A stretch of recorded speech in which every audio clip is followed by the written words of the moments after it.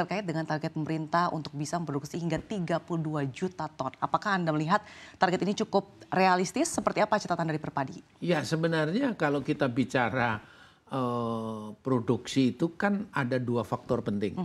Yang pertama bagaimana kita meningkat luas panen harus tercapai, itu yang pertama. Luas tanam kemudian luas panennya tercapai. Yang kedua adalah produktivitas per hektar.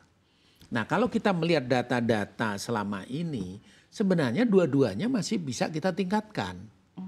Nah untuk meningkatkan itu tentunya perlu gerakan, perlu effort, perlu apapun harus dilakukan. Nah sekarang dari 30 kira-kira sekitar 30 sekian menjadi 32 pada dasarnya juga tidak terlalu bombastis ya, tidak terlalu ambisius. Nah sehingga kalau kita mampu melakukan peningkatan pelayanan di bidang sarana dan prasarana serta pendampingan yang cukup serius, saya pikir kok mestinya bisa untuk mencapai 32. Jadi karena masih ada peluang tadi. Realistis? Realistis, ya, artinya sekarang itu kan tahun ini kan 10,4 juta hektar luas panen. Pernah kita mencapai di atas 11 juta hektar.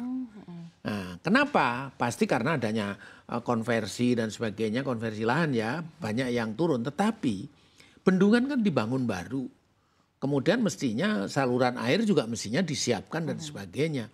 Itu kan bisa menambah yang tadinya tanam 1 kali bisa tanam 2 kali. Kan seperti itu. Sehingga saya optimis mestinya kita bisa meningkatkan luas tanam sehingga luas panennya tambah. Yang kedua, selama ini dari aspek produktivitas itu kan sering kita jumpai benihnya sulit, pupuknya terlambat, kemudian airnya kurang dan sebagainya dan sebagainya. Nah, kalau ini kita perbaiki semua, kita sediakan benihnya sesuai dengan kebutuhan, pupuknya disalurkan tepat waktu, bukan terlambat. Ya. Karena padi itu pupuk terlambat seminggu nggak ada artinya. Pasti pengaruhnya terhadap produktivitas tidak tercapai. Dan sekarang itu baru 5,3, 5,4 ton per hektar. Padahal menurut penelitian kapasitas itu bisa sampai ada yang sampai 7, ada yang sampai 8, bahkan ada yang sampai 9 ton per hektar. Kan kita bisa meningkatkan gitu loh dengan catatan tadi itu ketepatan waktu, ketepatan jumlah, ketepatan jenis, ketepatan tempat untuk sarana produksi mulai dari benih, pupuk, air, pengendali hama dan sebagainya dengan didampingi oleh petugas, kemudian pasarnya dijamin. Ini kan kadang-kadang kan petani ini akan tidak bergairah kalau begitu panen harga jatuh. Ya. Ini juga yang harus dilakukan. Jadi intinya ini ekosistem perberasan secara holistik. Ini harus betul-betul dikawal. Oke, terkait dengan ekosistem, tadi Anda katakan terkait dengan pupuk ya Pak. Ya. Dan di tahun 2025 ada perubahan skema subsidi dengan penyerahan dan regulasi. Seberapa besar sih Pak dengan perubahan skema ini bisa turut menopang ketahanan pangan khususnya di tanaman padi? Iya, saya sebenarnya mengharapkan kita jangan terlalu banyak coba-coba terus ya. Begini kemudian berubah lagi. Karena perubahan-perubahan itu pasti justru akan terjadi lag biasanya.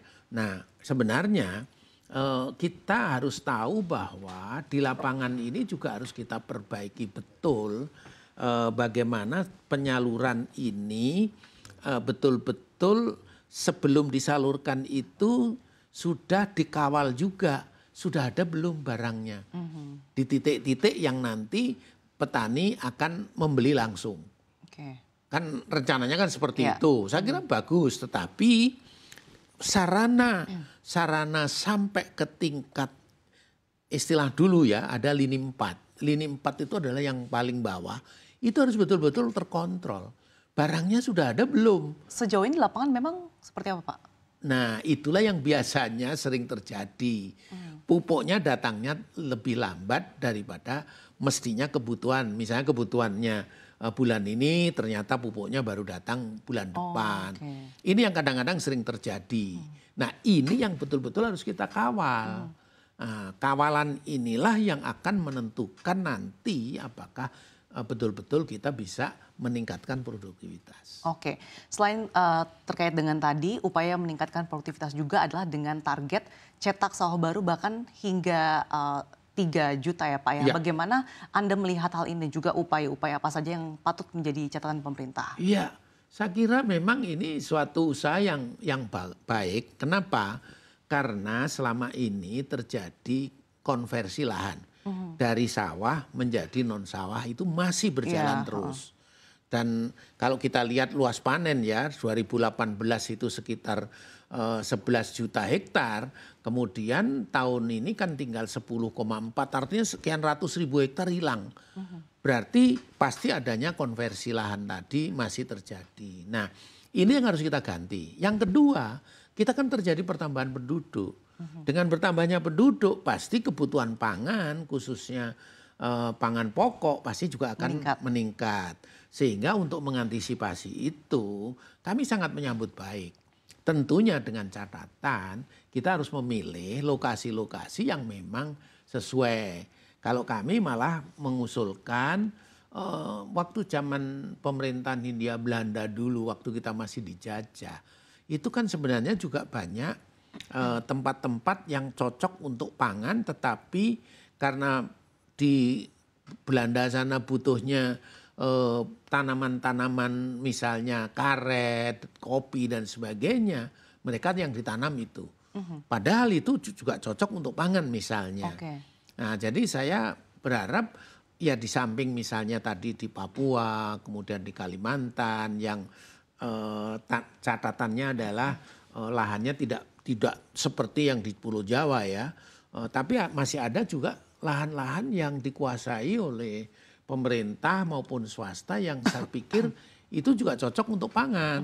Misalnya untuk targetnya kan kita kan cukup untuk jagung, untuk pangan secara umum kan, jagung kemudian yang lain-lainnya termasuk kedelai dan sebagainya. Jadi 3 juta itu menurut saya masih harus kita tingkatkan.